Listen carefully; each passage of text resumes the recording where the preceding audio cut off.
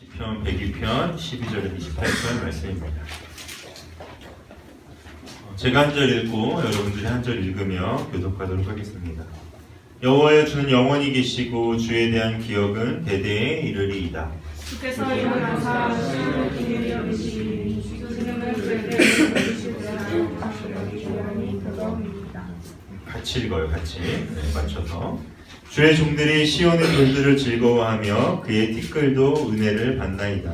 이에 모두가 여호와를 경외하며 이 땅의 모든 왕들이 주의 영광을 경외하리니 여호와께서 시온을 건설하시고 그의 영광 중에 나타나셨음이니라. 여호와께서 인고한 자의 길을 돌아보시며 그들의 길을 멸시하시리로다. 이 일이 장래 세대를 위하여 기록되리니 창조함을 받을 백성이 여호와를 찬양하리로다. 여호와께서 그의 높은 성소에서 구워 보시며 하늘에서 땅을 살펴보셨으니 이는 갇힌 자의 탄식을 들으시며 죽이기로 정한 자를 해방하사 여호와의 이름을 시온에서 그 영예를 예루살렘에서 선포하게 하시니라. 그때의 민족들과 나라들이 함께 모여 여호와를 섬기리로다. 그날의 이름을 주들에 새롭게 하시며 은혜를 짧게 하시소서. 나의 말이 나의 하나님이여, 나의 중년이 나를 데려가지 마옵소서. 주의 연대는 대대에 무궁하니이다. 주께서 이스라엘 땅의 기초를 놓으셨사오며 하늘도 주의 손으로 지으신 바니이다. 천지는 없어지려니와 주는 영존하시겠고 그것들이 다 옷같이 낡으리니 의복같이 바꾸시면 바뀌려니와.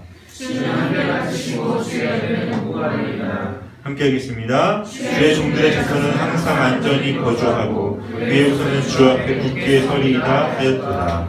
아멘. 오늘 말씀 제목 뭐지요? 시상고정. 네, 여러분 주보 앞에 누가 있습니까? 미니언즈가 여러분들에게 시선을 딱 고정하고 있죠. 시선 고정입니다. 우선 이 시편 102편에 대한 이해가 조금 있으셔야 오늘 말씀에 대한 이해가 조금 더 쉬울 것 같습니다. 시편 102편은 남유다가 바벨론에 망하고 포로로 끌려가거나 혹은 포로로 있을 때 쓰여진 시편이에요. 이해가 되시죠? 남유다가 먼저 망했습니까? 북이스라엘이 먼저 망했습니까? 네, 모르는 사람은 지금 대답을 안 하고 있고, 북부터 망했나요? 네, 뒤에서 말하는 걸 제발 듣고 말하지 말라고요. 북이스라엘부터 망했고, 그 다음 남유다가 멸망한 거예요. 그러니까 남유다가 멸망했다라는 뜻은 무엇이냐면 이스라엘 나라 전체가 없어졌다라는 거예요. 이스라엘이 우리 한국처럼 남과 북으로 갈렸어요. 물론 북이 공산당이고 남이 민주주의였던 건 아니에요. 그죠? 지파가 뜻을 달리해서 갈라졌던 거지만 북이스라엘이 먼저 멸망하고 남유다가 멸망한 뒤 그 다음 이스라엘은 바벨론으로 포로 생활에 끌려가게 됩니다. 하나님은 그 전에 선지자로부터 다 어떤 예언을 했냐면 너희들 포로로 끌려가야 돼. 너희들 내가 이 나라를 멸망하게 할 거야. 너희에게는 70년이라는 포로 생활이 주어질 거야 라고 계속적으로 말씀을 하셨어요. 그런데 이스라엘은 그것을 들었다 안 들었다? 네, 귓구멍에도 안 들었어요. 그냥 안 들었어요. 그리고 계속 버텼어요. 버티다가 결국은 망해요. 그런데 더 말 안 들은 사람들은 어디로 끌려가냐면 애굽으로 도망가요. 여러분 애굽이 어떤 땅입니까? 이스라엘을 노예로 잡았던 그 나라로 도망가는 사람도 생기고 또 어떤 사람들은 하나님의 말에 순종해서 바벨론으로 포로 생활로 끌려가기도 합니다. 그런 상황 가운데 쓰여졌던 것이 바로 이 시편이에요. 이 시편 102편입니다. 시편이 다 이때 쓰여졌다는 게 아니고 이 시편 102편은 그런 배경을 하고 있다는 걸 알면 여러분들이 조금 더 이해가 쉬울 것 같아요. 시편 102편의 전반부는 이렇게 시작을 해요. 여러분 1절 한번 보시겠어요? 시편 102편 1절 읽어보겠습니다. 시작. 여호와여 내 기도를 들으시고 나의 음식을 주께 생각하게 하소서. 여호와여 내 기도를 들어주시옵소서. 나의 부르짖음을 들어주시옵소서. 하나님께 이 기도가 닿기를 원합니다 라고 외치고 있는 거예요. 그러면서 그 다음에 자신의 상황에 대한 것이 2절부터 오늘 본문 앞절까지 나와요. 2절부터 11절까지 나오는 거예요. 이 구절은 시편의 저자가 얼마나 처절하고 얼마나 두렵고 얼마나 소망 없고 얼마나 희망 없는 곳에서 살고 있는지가 구구절절하게 나타나요. 우리 2절 볼까요? 2절에는 주의 얼굴을 내게서 숨기지 마시며 부르짖는 날에 응답하여 달라고 말해요. 어떤 의미예요? 주님이 내가 부르짖어도 응답하신다 안 하신다? 내가 아무리 주의 얼굴을 찾아보아도 주의 얼굴을 볼 수 있었다 없었다? 없었다는 거예요. 그러니까 시편의 기자가 이렇게 부르짖는 거예요. 주님, 나의 부르짖음에 응답하여 주시고 주의 얼굴을 나에게서 숨기지 말아 주시옵소서 라고 말합니다. 여러분, 주님의 얼굴을 보지 못한다는 것이 얼마나 이들에게 힘들었을까요? 여러분, 내가 포로 생활을 하고 내가 얼마나 두려운 상황 가운데 있을지라도 하나님을 바라볼 수 있고 하나님의 응답이 있다면 그걸 견딜 수 있었겠지만 이스라엘 나라가 멸망한 뒤에 하나님을 어느 곳에 찾아볼 수 지금 없다는 거예요. 이 시편의 절절함, 적막함, 두려움이 고스란히 나타나는 고백이에요. 그 다음에 어떻게 말합니까? 내 날이 연기같이 소멸하고 내 뼈가 숯같이 타고 음식을 먹기도 잊었으므로 마음이 풀같이 시들고 말라버렸습니다. 읽으면서 여러분들 좋겠다. 음식을 먹기도 잊어버렸네. 다이어트가 잘 되겠네. 이런 가볍게 넘길 만한 상황이 아니에요. 정말 먹을 것도 없고요. 먹고 싶어도 못 먹고요. 영적인 갈증도 계속 쌓이고 이 상황. 탄식 소리로 말미암아 살이 뼈에 붙어버렸고 원수들이 종일토록 나를 모욕하며 조롱하는 자들이 내 이름을 들먹이며 저주를 합니다. 내가 죄를 음식같이 먹고 눈물을 물처럼 마십니다. 그런데 이것이 뭐 때문이라고요? 주의 분노하심 때문입니다.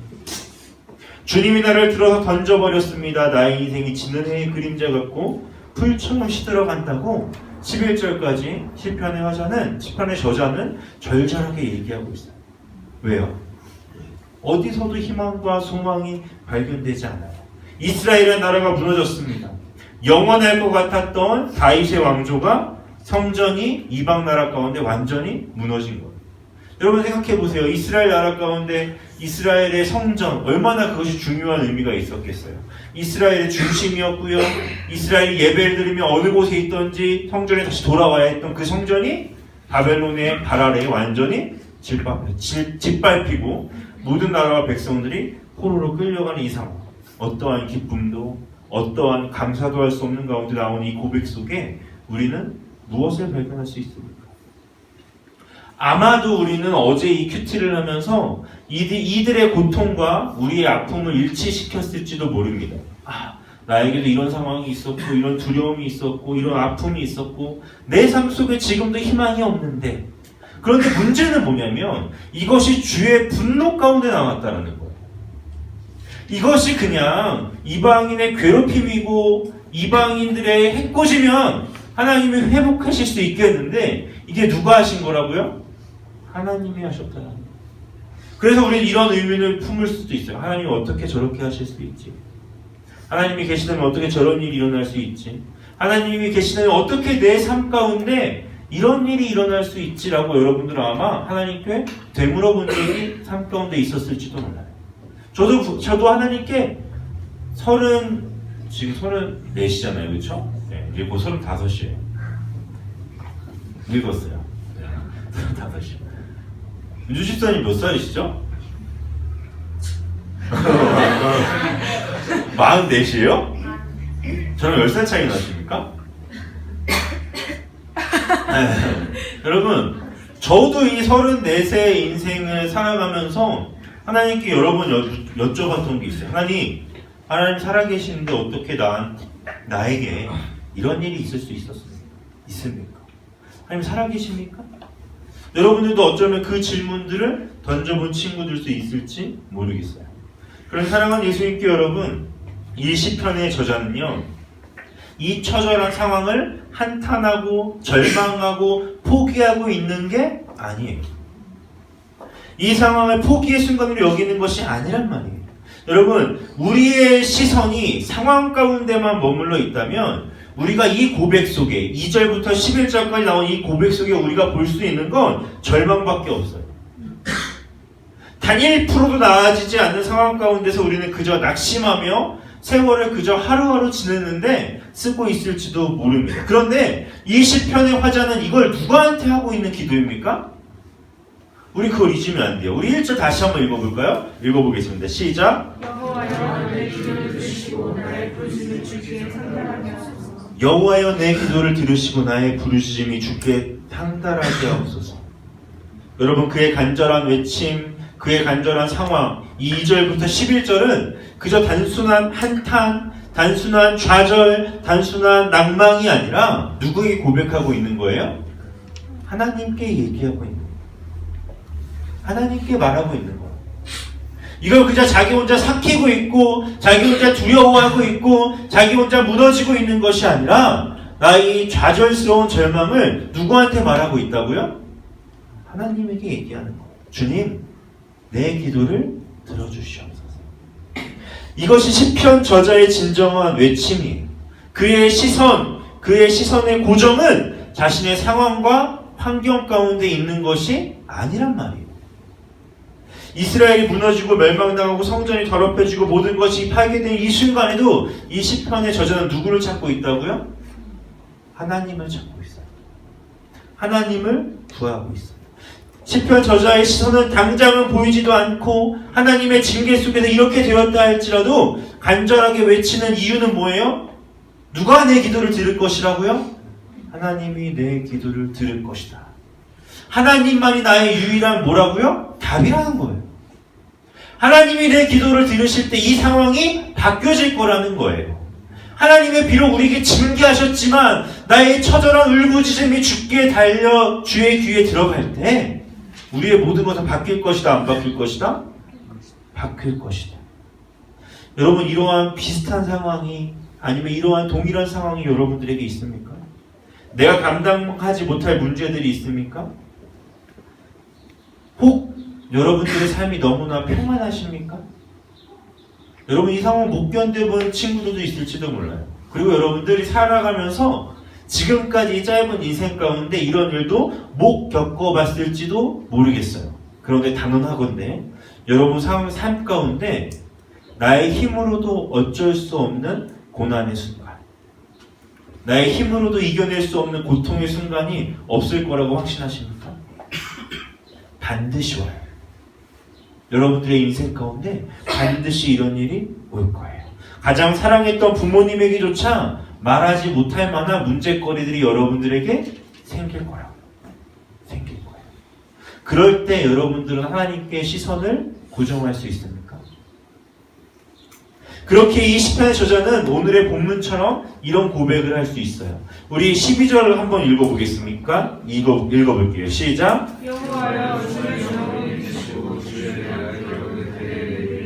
여호와여 주는 영원히 계시고 주에 대한 기억은 대대에 이르리이다.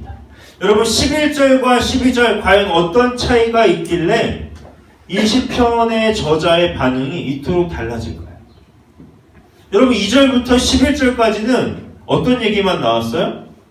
주님, 내 상황이 너무나 힘듭니다. 너무나 고통스럽습니다. 너무나 두렵습니다. 나의 삶에 소망이 없습니다. 라고 말하다가 12절에 와서 갑자기 어떻게 말합니까? 여호와여 주는 영원히 계시고 주에 대한 기억은 대대에 이를 것입니다. 하나님은 영원하십니다. 하나님에 대한 기억을 나의 자녀와 자녀에게도 전할 것입니다. 라고 말하는 거예요.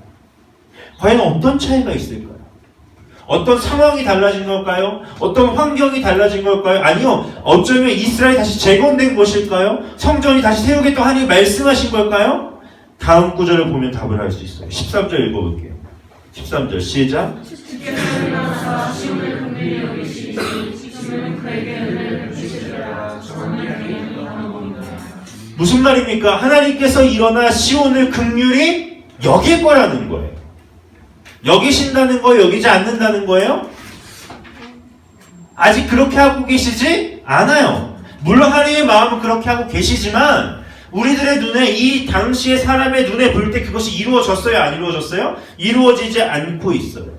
그리고 은혜를 베푸실 때의 정한의 기간이 다가온대요. 아니, 그 예언하셨어요. 70년의 포로 생활을 지난 내가 너희들을 회복시킬 거야. 이 포로 생활 가운데 있는 이 시편의 저자는 무엇을 바라보는 거예요? 하나님의 정한 기간이 차고 있습니다. 그날이 곧 올 거예요. 무슨 말이에요? 상황은 아무것도 변하지 않았어요. 11절과 12절 사이에는 어떠한 일도 일어나지 않았어요. 그런데 시편자는 어떻게 말해요? 하나님, 당신은 하나님 당신에 대한 걸 내가 대대에 말하겠습니다. 여러분 2절부터 11절까지의 시편의 저자의 마음의 상태와 12절부터 오늘 본 마지막 절까지의 마음의 상태는 다른 게 아니에요. 왜요? 상황이 하나도 바뀌지 않았거든요. 그럼 무슨 말이에요? 2절부터 오늘 본문 마지막 절까지의 시편 저자의 마음은 동일합니다. 어떤 마음이에요? 하나님만이 전부라는 마음이 있어요. 하나님만이 이 상황을 바꿀 거라는 기대가 있어요. 하나님만이 이 상황을 변화시킬 거라는 믿음의 고백이 있단 말이에요. 자신의 상황을 비록 하나님께 말씀드립니다. 하나님 너무나 힘들고 어렵고 슬픕니다. 그런데 하나님께서 이 상황을 바꾸실 것을 믿습니다. 고백. 여러분, 여러분의 삶 가운데 하나님을 얼마나 기대하세요? 하나님을 얼마나 바라보세요? 여러분 기도할 때마저 여러분들은 누구를 제한하고 있습니까? 하나님을 제한하고 있어요. 여러분들의 기도의 수준이 여러분 머리의 수준으로만 가니까 하나님에게 구할 것도 여러분 수준에서 멈춰버려요. 그런데 하나님은 어떤 분이시죠? 영원하신 분이고 위대하신 분이고 감히 인간이 하지 못할 일들을 여러분들의 삶 가운데 지금도 즉시 하실 수 있는 분이란 말이에요. 여러분 그분을 기대하시길 바랍니다. 그분을 쫓길 바랍니다. 하나님 앞에서 하나님의 뜻을 구하세요. 이 시편의 기자의 고백은 자신의 마음의 고백을 넘어서 하나님의 말씀의 근거를 두고 고백하고 있는 거예요. 뭐라고요? 하나님 정한 기간이 다가오고 있습니다. 저는 하나님의 말씀을 믿습니다. 비록 눈앞에 보이는 것 하나도 없지만 주께서 이루실 것을 믿습니다라는 것이 이 시편 기자의 고백이었어요. 사랑하는 여러분, 이스라엘의 포로 생활은 여전히 계속되고 있어요. 이러한 상황 속에서 여러분이 그 자리에 있다면 우리는 불평하지 않을 수 있을까요? 아니요. 여러분, 우리는 이 기도에 첫마디라도 할 수 있을까요? 여러분, 유대 백성들이 이스라엘이 무너지고 나서 가장 먼저 했던 게 무엇일 것 같습니다? 하나님께 구하는 것이었을까요? 불평과 불만이었을까요? 포로 생활이 10년, 20년, 30년, 40년이 지나면서 어느 누가 그 70년의 약속을 기다렸겠어요? 그런데 하나님의 사람들이 있었어요. 여러분 70년의 생활 시간을 우습게 보지 마세요. 태어나서부터 70세가 될 때까지 포로 생활만을 겪다가 죽는 사람이 있을 수도 있어요. 그렇지 않습니까? 그런 70년의 생활 가운데 하나님의 말씀만을 바라보고 의지할 수 있는가? 그런 상황 가운데서도 여전히 하나님의 말씀을 기대하며 기도할 수 있는가? 그런 상황 가운데서 기도할 수 있는 자가 저와 여러분이 되었으면 좋겠습니다. 그가 기도할 수 있었던 이유는 무엇이었을까요? 아무도 기도하지 않는 그 자리에서 홀로 예배자로 남아 하나님을 노래할 수 있었던 이유는 무엇일까요? 여러분 12절부터 고백되어지는 시편의 고백은 이루어질 것에 대한 고백이에요. 아직 이루어진 것에 대한 고백이 아니란 말이에요. 시편의 기자의 고백은 12절부터 마지막 절까지 어떻게 말하고 있냐면 하나님이 이렇게 하실 것입니다. 하나님이 이렇게 하실 것이니 그거에 대해 감사합니다. 하나님이 위대하십니다. 하나님 영원하십니다. 왜요? 앞으로 이렇게 하실 것이기 때문입니다. 라고 말하는 거예요. 여러분 이게 뭔지 아십니까? 이게 바로 믿음입니다. 보이지 않는 것에 대한 신뢰가 믿음입니다. 믿음은 뭐냐면요. 보이지 않는 하나님을 신뢰하는 것이 믿음인 줄 믿습니다. 아멘.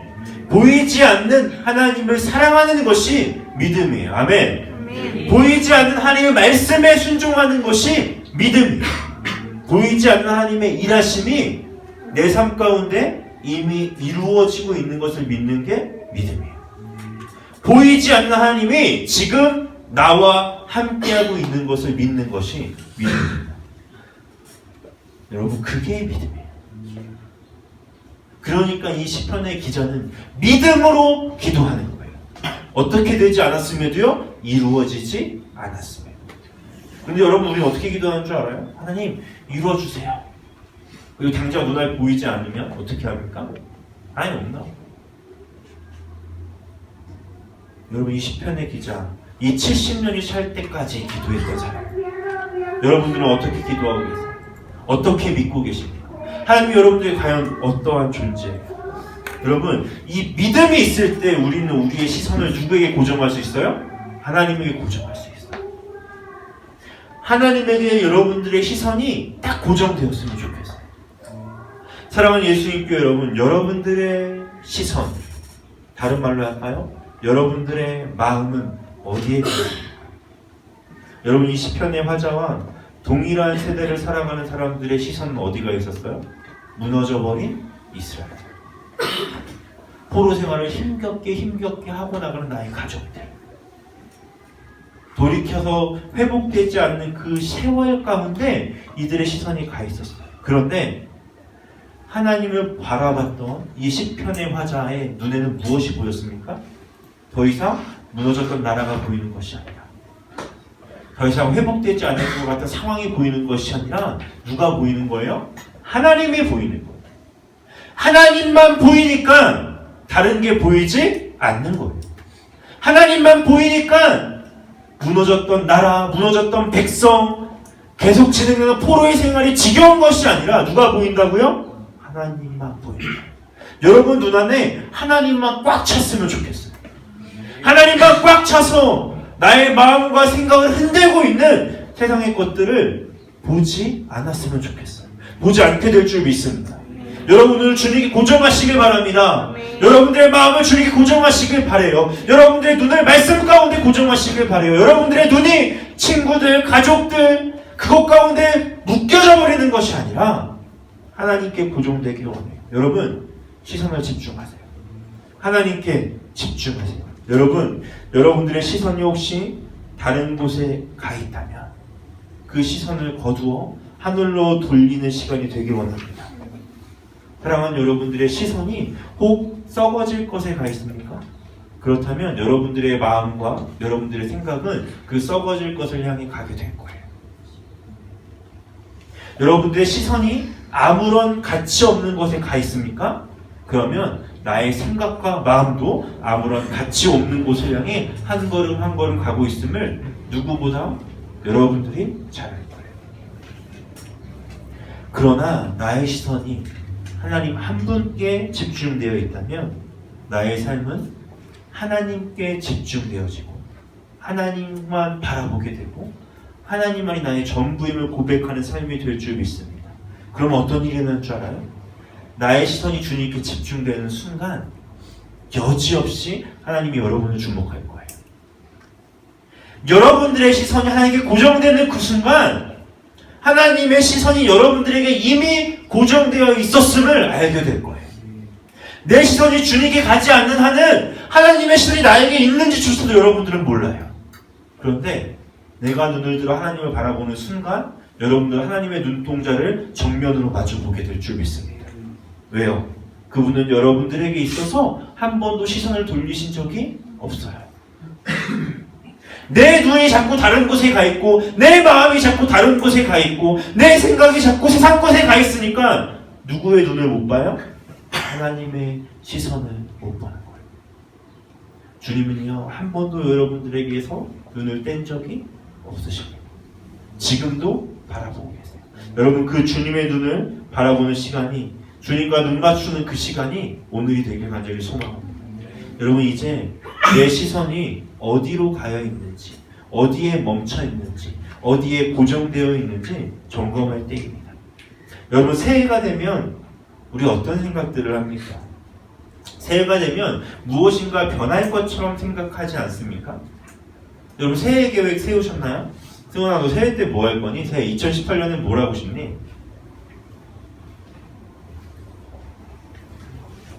아무 생각이 없어요?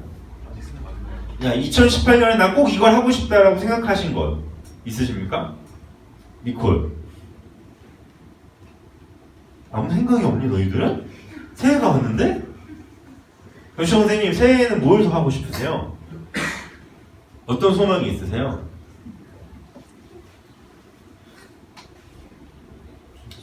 아무 생각이 없어요. 성우님 새해에는 무엇을 하고 싶으십니까? 예뻐지고 싶다고요? 다이어트. 옆에 분이랑 같이 손잡고 하시면 될 것 같아요. 다인이 새해에는 뭘 하고 싶어요? 아무 생각이 없어요? 준영이는? 승수야, 너 생각을 하고 살아요, 여러분. 어떻게 이렇게 아무 생각도 안 하지? 누군가는 꼭 했을 것 같은데, 없나? 심은조 선생님, 새해에는 어떤 소망이 있으십니까? 새해 2018년을 감안하는 거예요? 네네, 그렇죠. 2018년에는 이거는 꼭 하고 싶다. 그거보다는 네. 지금 우리가 어메이징 캠프가 있잖아요, 3번에. 네. 그거로 기도하는데 이렇게 그냥 목이 막연하게 하나님 앞에 네. 충성이라는 단어가 많이 와요. 아, 충성. 충성은 열매 가운데 하나요. 아멘. 우리 지원 선생님, 새해에는 둘째가 나올까? 살 빼야 돼. 결단하셨습니까? 네. 동영상 녹화 10kg 이상 뺐다고 결단했어요. 여러분, 딱 써놓은 대로 말했어요. 2018년이 되면 살이 빠질 것 같아요? 숫자 이렇게 썼어요. 여러분, 2018년이 되면 공부를 열심히 하겠다는 결단을 하잖아요. 그렇죠? 2018년이 되면 뭔가 조금 더 부모님에게 조금이라도 잘해봐야지? 이런 결단들을 아마 하는 게 정상이에요. 여러분도 그러니까 뭐예요? 비정상이죠. 이런 다짐들을 하게 됩니다. 다이어리 사서 막 적잖아요. 다이어리도 사보고, 막 알록달록한 것도 해보고, 스티커도 붙여보고, 뭐 달력에도 뭐라고 써보고 막. 여러분, 제가 예언을 하건데, 지금 안 하고 있잖아요? 지금 그걸 하고 있지 않잖아요. 그쵸? 내가 그걸 하고 있지 않으면요, 절대 내년엔 일어나지 않아요. 무슨 말인지 아세요? 새해의 착각은 뭐냐면 내 시선이 잠깐 어디로 가냐면 새해의 결단에 딱 머물러요. 내 시선이 새해의 결단에 딱 가요. 그러니까 마치 그것을 내가 한 것처럼 느껴져요. 새해의 유혹은 뭐냐면 내가 결단하는 것에 잠깐 가 있는 시선이 내가 마치 그것을 하고 있는 것처럼 느껴지게 합니다. 여러분 근데 생각해 보세요. 2017년과 2018년 이 사이의 차이점이 뭡니까? 차이가 뭐예요? 17과 18의 차이가 뭐예요? 숫자 하나 바뀌는 거예요. 그거 빼곤요, 어제에서 지나서 오늘이 되는 것과 다를 것이 하나도 없는 순간이 이 새해를 맞이하는 오늘이에요. 이해가 가세요? 어렵나요? 엄청 쉽게 말했는데? 어제와 오늘이 된 것과 오늘이 내일이 되는 것과 차이가 아무것도 없다고요. 이해가 가십니까? 내 인생, 하루가 지난다고 내 인생이 바뀌는 게 아니에요. 잠깐 새해 계획에 머물러던 시선은 오늘 하루가 지나고 내일 지나고 모레가 지나잖아요? 그러면 여전히 다시 내 현실로 돌아오게 됩니다. 그러니까 아무것도 바뀌지 않아요. 왜요? 나라는 존재는 똑같거든요. 여러분 시선을 하나님께 집중하고 싶으십니까? 새해에는 정말 하나님께 집중하고 싶으세요? 지금과는 좀 뭐라도 달라지고 싶으십니까? 그렇다면 여러분들의 시선을 자꾸 보잘것없고 쓸데없고 쓰레기통 같은 데 머무르게 하는 그 모든 것들을 버리셔야 돼요. 여러분 집에 가면 시선이 머무르는 곳이 있죠. 교회 가서 여러분 시선이 머무르는 곳이 있죠. 그게 하나님이 아니라면 그걸 버려야죠. 그걸 없애야 하지 않겠습니까? 여러분, 그럼 생각해 보세요. 그것들을 내 눈에서 치워버린다고 해서 내 시선이 하나님께 고정될까요? 그렇지 않아요. 그게 문제예요. 여러분들의 시선을 머무르게 하는 것들이 있어요. 뭐 그게 핸드폰일 수도 있고요. 그게 뭐 게임일 수도 있고요. 그게 뭐 드라마, 오락, 뭐 여러 가지일 수도 있어요. 어떤 친구는 먹을 걸 수도 있겠죠. 먹을 걸 치워버리면 굶어 죽으니까 치우면 안 되잖아요. 그렇죠? 그럼 이 문제를 어떻게 해결해야 되냐 이거예요. 어떻게 하면 내 시선이 하나님께 고정될까요?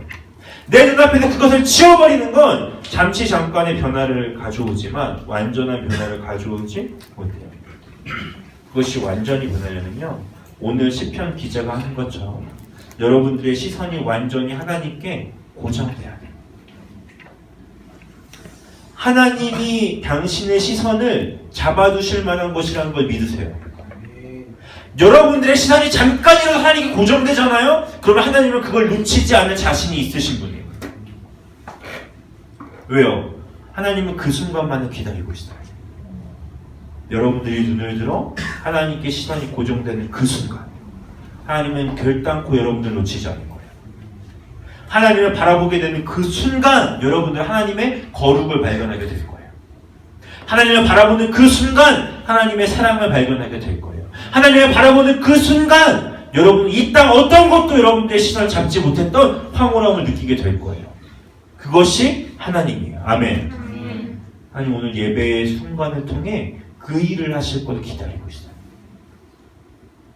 내 시선이 머무르게 하는 그런 유혹들을 버려야 됨도 맞지만 우리가 더 해야 될 건 뭐라고요? 하나님을 한 번이라도 바라볼 수 있게 해달라고 기도하세요.